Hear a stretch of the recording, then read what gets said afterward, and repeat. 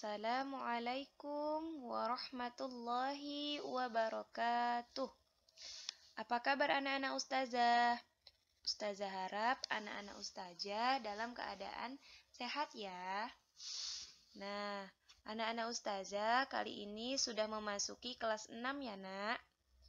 Nah, di kelas 6 ini kita akan membahas tematik 1 di awal pertemuan kita, yaitu tentang selamatkan makhluk hidup. Nah, di sini kita akan membahas mata pelajaran ilmu pengetahuan alam. Baik anak-anak ustazah, yang akan membimbing pembelajaran IPA pada hari ini adalah Ustazah Hairina. Siap anak-anak ustazah? Yuk kita mulai pembelajaran kita ya.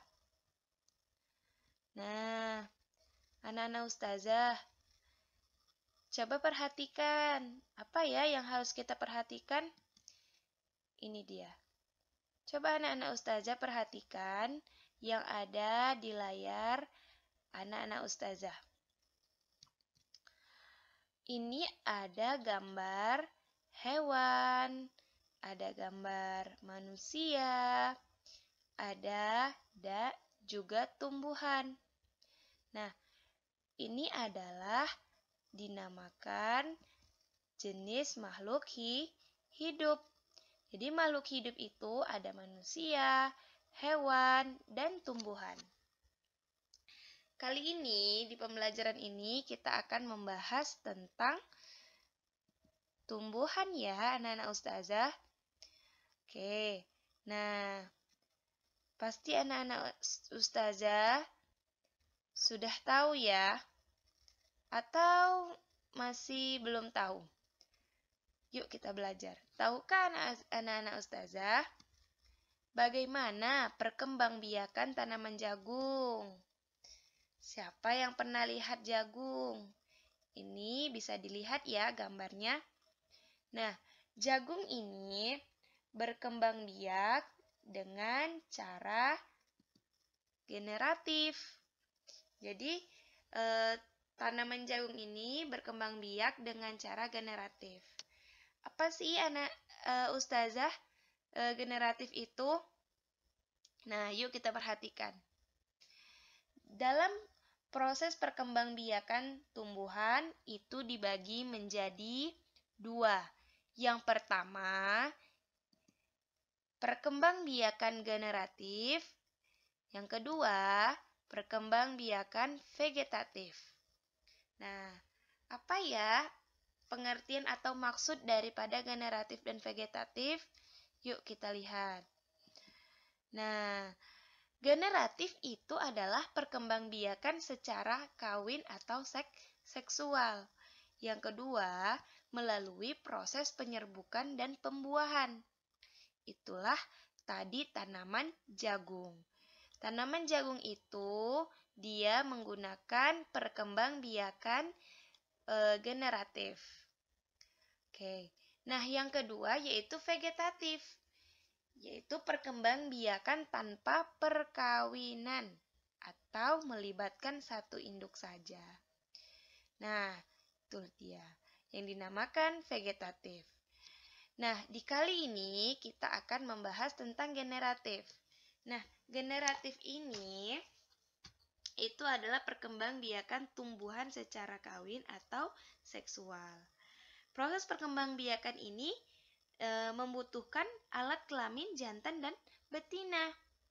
Seperti itu ya anak-anak ustazah. Selanjutnya kita akan melihat bagaimana prosesnya ya dalam tumbuhan. Yuk kita amati gambar di bawah. Ini adalah bagian pada bunga. Ini dia gambarnya. Anak-anak ustazah lihat gambar daripada bagian-bagian bunga. Jadi nak, tumbuhan itu juga membutuhkan yang namanya perkembangbiakan seperti itu. Jadi di sini alat kelamin jantan berupa benang sari, ya. Ini ada, lihat perhatikan di gambar ada namanya benang sari. Itu namanya alat kelamin jantan. Lalu, benang sari ini terdiri atas tangkai dan kelapa sari atau kepala sari, bukan kelapa ya, kepala sari. Jadi terdiri dari kepala sari atau kepala putik dinamakan di situ ya. Kepala sari ini penuh dengan serbuk atau tepung-tepung yang halus, merupakan sel jantannya seperti itu. Jadi di dalamnya itu, di kelapa putiknya itu ada tepung halus yang merupakan sel jantan seperti itu. Lalu alat kelamin betina itu dinamakan putik. Dinamakan putik yang terdiri atas kepala putik dan tangkai putik dan bakal buah. Itu dia. Dan dia bakal buah atau di situ dinamakan bakal biji. Itulah yang dikatakan alat kelamin betina. Lalu perkembangan biakan secara genetatif ini melalui proses penyerbukan atau pembuahan. Nah, dalam proses penyerbukan sel jantan pada serbuk sari akan menuju ke bakal buah. Ya, serbuk sari akan menuju ke bakal buah. Di dalam bakal buah tersebut, sel jantan akan membuahi sel betina dan peristiwa tersebut dinamakan pembuahan. Itulah dia. Lalu setelah selesai itu proses pembuahan, maka ada dinamakan mahkota bunga. Mahkota bunga itu akan layu dan akan membentuk buah seperti itu. Lalu ada juga anak-anak ustazah beberapa contoh lain daripada perkembangbiakan generatif gitu ya. Perkembangbiakan generatif. Apa saja itu? Nih, perhatikan. Itu gambar padi, lalu ada kacang, lalu ada durian, selanjutnya mangga, dan juga ada rambutan. Nah, ini adalah beberapa contoh dari perkembangbiakan generatif ya anak-anak ustazah. Bisa perhatikan, dan masih banyak lagi perkembangbiakan secara generatif. Tuh. Jadi kali ini anak-anak ustazah harus paham, memahami tentang apa itu perkembangbiakan generatif dan bagaimana cara perkembangbiakannya, seperti itu. Paham ya sampai sini anak-anak ustazah?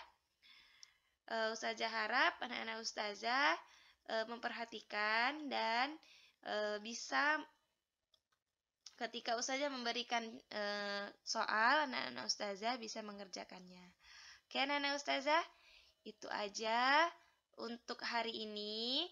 Terima kasih atas perhatiannya anak-anak ustazah. Semangat terus ya belajarnya dan selamat mengerjakan tugas. Terima kasih. Assalamualaikum warahmatullahi wabarakatuh.